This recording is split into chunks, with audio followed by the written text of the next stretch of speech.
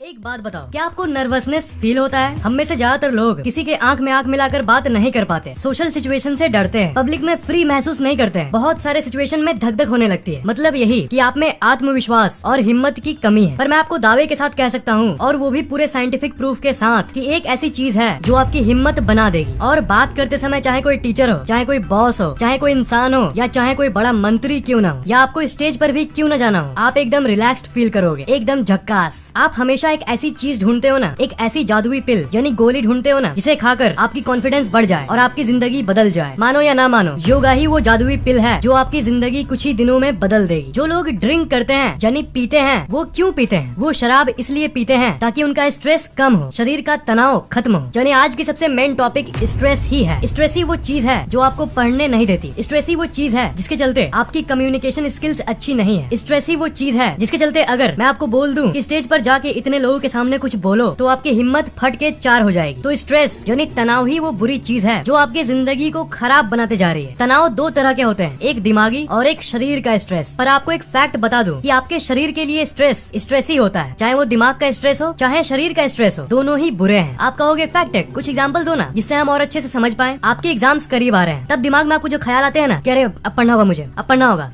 अब तो पढ़ना होगा, ये है दिमाग का स्ट्रेस। और अगर मैं 10 किलो आपके पीठ पर लाद दूं तो उसे ले जाते समय आप जो फील करोगे वो है शरीर का स्ट्रेस। तो बात ये है कि जो लोग पीते हैं ना, या कोई भी दूसरा नशा करते हैं ना, वो जाने अनजाने स्ट्रेस कम करने के लिए ही नशा करते हैं। और कौन सा स्ट्रेस कम करने के लिए? हाँ, दिमाग का स्ट्रेस कम करने के लिए। किसी इंसान को अगर 4 बोतल पिला दो और उसे स्टेज पर चढ़ा दो तो वो बिना हिचकिचाए आराम से कुछ भी बोल देगा। पर ये कैसे? असल में वो नशा उनके दिमाग के स्ट्रेस को, उस बुरी चीज को पूरी तरह से खत्म कर देता है। और यही वो स्टेट है जिसे हम हाई कहते हैं, जिसे हम हिंदी में नशा कहते हैं। नशा मतलब क्या? एक ऐसा स्टेट जिसमें आप फ्री महसूस करते हो, सारा स्ट्रेस गायब हो जाता है। जो एडिक्ट होते हैं वो हमेशा इसी स्ट्रेस फ्री दिमाग को पाने के लिए बार बार नशा करते हैं। पर क्या हो अगर मैं आपको बताऊं कि एग्जैक्टली यही स्ट्रेस फ्री फीलिंग आप बिना नशा किए भी एक्सपीरियंस कर सकते हो। जी हाँ, ये होगा एक चीज से जिसे हम कहते हैं योगा। आपको आपके शरीर के बारे में एक बहुत जरूरी बात बता रहा हूँ, ध्यान से सुनना। एक फाइट और फ्लाइट मोड और एक rest and digest mode. Fight और फ्लाइट मोड मतलब करो या मरो मोड, और रेस्ट एंड डाइजेस्ट मतलब आराम करो मोड। आपका शरीर हमेशा इन दोनों में से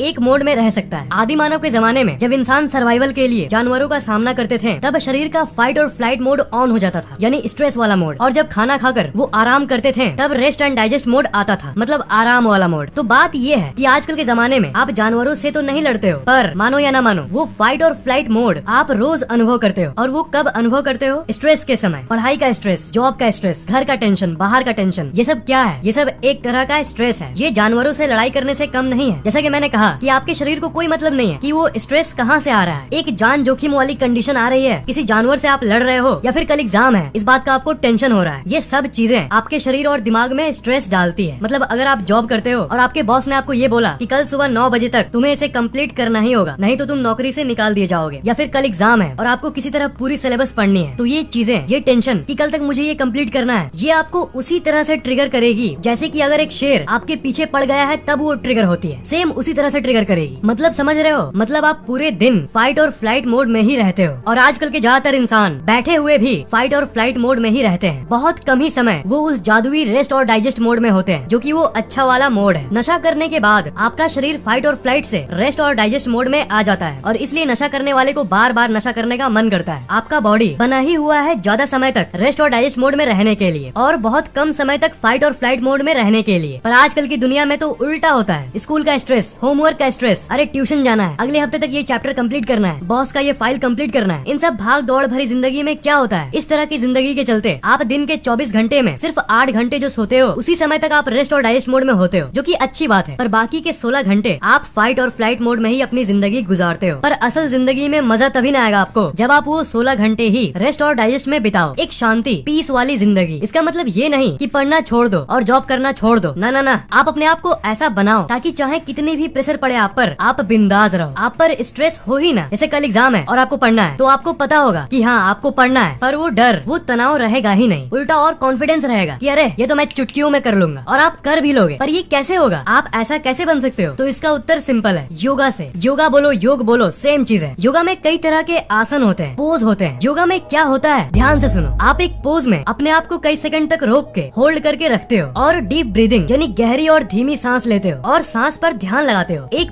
उसको आपको 17 से 20 सेकंड तक होल्ड करना पड़ता है और फिर दूसरा पोज करना पड़ता है। तो मेन बात ये है, आप अपने शरीर को ऐसे स्ट्रेसफुल पोज में रखते हो, ठीक है, ऐसे मुश्किल पोज में, तनाव वाले पोज में आप अपने आप को रोक कर रखते हो, पर साथ ही साथ आप ऐसे रहते हुए ही गहरी सांस भी लेते हो और सांस पर ध्यान भी लगाते हो। तो बात ये है कि पहली बात तो ऐसे रहने से आपके शरीर पर स्ट्रेस पड़ रहा है क्योंकि आप ऐसे मुश्किल पोज में हो, पर क्योंकि आप साथ ही साथ गहरी सांस भी ले रहे हो, इसलिए साथ ही साथ स्ट्रेस कम भी हो रहा है उस गहरी सांस के चलते। इसका मतलब क्या है? इसका मतलब ये है कि इतने तनाव भरी परिस्थिति में भी आप अपने दिमाग को शांत रहना सिखा रहे हो, इतने स्ट्रेसफुल सिचुएशन में भी अपने दिमाग को आप शांत रहना सिखा रहे हो। और यही है वो चमत्कार, वो जादू। मैंने क्या कहा? मैंने ये कहा कि स्ट्रेसफुल सिचुएशन यानी तनाव से भरी परिस्थिति में भी शांत रहो, काल्म रहो। इस चीज की ट्रेनिंग आप अपने दिमाग को दे रहे हो। तो योगा रूम के अंदर ऐसे स्ट्रेस भरी पोज में शांत रहो, ये तो आप अपने दिमाग को सिखा ही रहे हो, पर असल जिंदगी में भी आपके साथ यही होगा। मतलब ये चीज योगा रूम के बाहर आपके असल जिंदगी में भी झलकेगी। चाहे पढ़ाई कितना भी करना होगा या कोई भी काम करना हो, आप चाह के भी कोई टेंशन नहीं महसूस कर पाओगे। और ऐसा क्यों? क्योंकि आपने योगा के जरिए अपने दिमाग को ये सिखा दिया है कि स्ट्रेसफुल सिचुएशन में भी शांत रहो, सिंपल। तनाव से भरी परिस्थिति में भी शांत रहो। इसके पहले आप स्टेज पे जाने से डरते थे, लेकिन योगा के बाद अगर आपको कोई बोले कि जाकर स्टेज पर बोलो, तो जो वो अचानक से एंजाइटी, शर्म और स्ट्रेस आने लगती है ना, वो एकदम होगा ही नहीं। सोशल लाइफ में आप किसी से भी आराम से बात कर लोगे, किसी भी अनजान व्यक्ति से आराम से बात कर लोगे, वो भी बिना डर और बिना स्ट्रेस के। और ऐसा क्यों? फिर से वही कहूंगा, क्योंकि आपने अपने दिमाग को योगा के जरिए ये सिखा दिया है कि स्ट्रेसफुल सिचुएशन में भी शांत रहो। देख रहे हो कि कितनी कमाल की चीज है ये? इसका साइंस एकदम क्लियर है। इस दुनिया के जितने भी सफल लोग हैं, सब में एक बात कॉमन होती है कि उनके अंदर एंजाइटी कम होता है, डर कम होता है और वो हर काम खुल के करते हैं। देखो, रियलिस्टिकली बात करें तो अगर मैं आपको बोल दूं कि उस अनजान इंसान से जाकर बात करके दिखाओ, तो जैसे ही आप जाओगे तो धक धक होना शुरू हो जाएगा और अचानक एंजाइटी आने लगेगा और इसे कंट्रोल करना बहुत ही मुश्किल होता है। पर योगा से ये होता है कि आप एंजाइटी को कंट्रोल नहीं करते कि मुझे डरना नहीं है,